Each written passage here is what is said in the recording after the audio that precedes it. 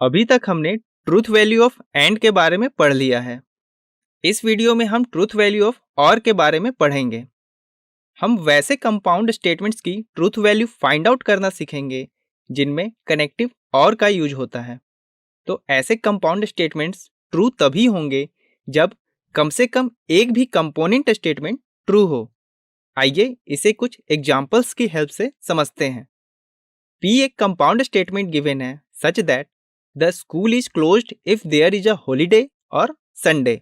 इसकी truth value check करने के लिए इसके कंपोनेंट स्टेटमेंट्स फाइंड आउट करेंगे, जिनमें पहला component statement P1 is such that the school is closed if there is a holiday और दूसरा component statement P2 is such that the school is closed if there is a Sunday. हम यहाँ देख सकते हैं कि कंपोनेंट स्टेटमेंट P1 भी true है और कंपोनेंट स्टेटमेंट P2 भी ट्रू है, यानी दोनों कंपोनेंट स्टेटमेंट्स के ट्रू होने की वजह से कंपाउंड स्टेटमेंट P भी ट्रू होगा। अब एक और एग्जांपल की हेल्प से इस कॉन्सेप्ट को और अच्छे से समझते हैं। Q is a compound statement such that 8 is greater than 5 और 10। इसका फर्स्ट कंपोनेंट स्टेटमेंट Q1 यह है कि 8 is greater than 5 and second component statement Q2 यह है कि 8 इज ग्रेटर देन 10। हम यहाँ क्लियरली देख सकते हैं कि कंपोनेंट स्टेटमेंट Q1 ट्रू है जबकि कंपोनेंट स्टेटमेंट Q2 फॉल्स है। इसके बावजूद भी दिया हुआ कंपाउंड स्टेटमेंट ट्रू ही होगा। इस प्रकार हमने दोनों एग्जांपल्स में यह देखा कि एटलीस्ट एक कंपोनेंट स्टेटमेंट के ट्रू होने पर भी कंपाउंड स्टेटमेंट ट्रू हो जाता है। अब हम यह देखेंगे कि compound statement with using connective और फॉल्स कब होगा।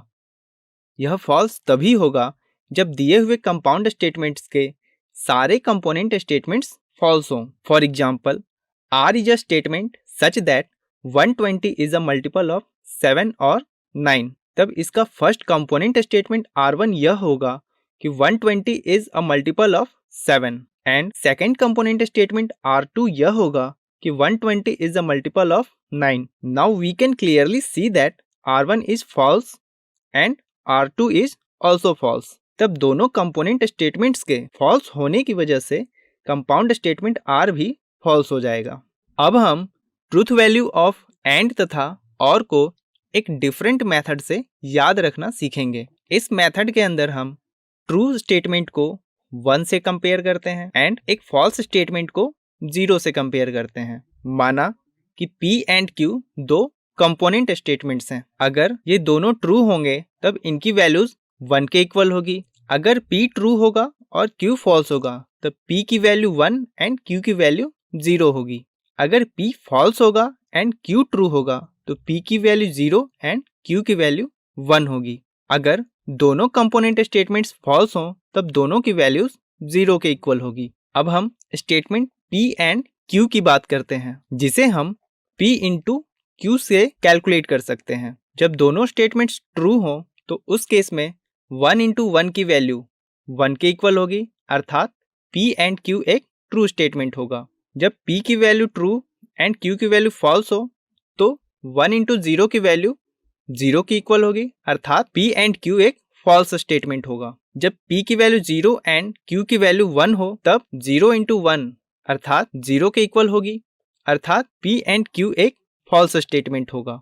जब दोनों स्टेटमेंट्स फॉल्स हों अर्थात दोनों की वैल्यू 0 हो तो 0 इंटू 0 की वैल्यू 0 के ही इक्वल होगी, अर्थात P एंड Q एक फॉल्स स्टेटमेंट होगा। इस प्रकार हम यह देख सकते हैं कि P एंड Q तभी ट्रू होगा जब दोनों गिवन स्टेटमेंट्स ट्रू हो और अगर एक भी कंपोनेंट स्टेटमेंट फॉल्स हो तो उस केस में P एंड Q फॉल्स हो जाता है। अब हम P और Q की बात करते हैं। इसे हम P प्लस Q से भी डिनोट कर सकते हैं। अगर दोनों स्टेटमेंट्स ट्रू हो तो 1 प्लस 1 की वैल्यू 2 के इक्वल होती है, मगर इस केस में हम इसकी वैल्यू 1 के ही इक्वल लेते हैं, अर्थात कहने का मतलब यह है कि यह एक ट्रू स्टेटमेंट होगा। अगर P ट्रू हो एंड Q फॉल्स हो तो 1 प्लस 0 की वैल्यू 1 के ही इक्वल होगी, अर्थात P और Q एक ट्रू स्टेटमेंट होगा। अगर P फॉल्स हो तथा Q ट्रू हो तो 0 प्लस 1 अर्थात 1 की वैल्यू ट्रू के इक्वल होगी। अगर दोनों स्टेटमेंट्स फॉल्स हो तो 0 प्लस 0 यानी 0 ही मिलता है, अर्थात P और Q एक फॉल्स स्टेटमेंट होगा। इस प्रकार हमने ये देखा कि कनेक्टिव और के केस में स्टेटमेंट ट्रू तभी होगा जब एटलीस्ट एक कंपोनेंट स्टेटमेंट भी ट्रू हो जाए। अगर दोनों कंपोनेंट स्टेटमेंट्स फॉल्स हों तब P और Q फॉल्स हो जाता है। आई होप कि आपको यह कॉन्सेप्ट अच्छी तरह से समझ में आ गया होगा।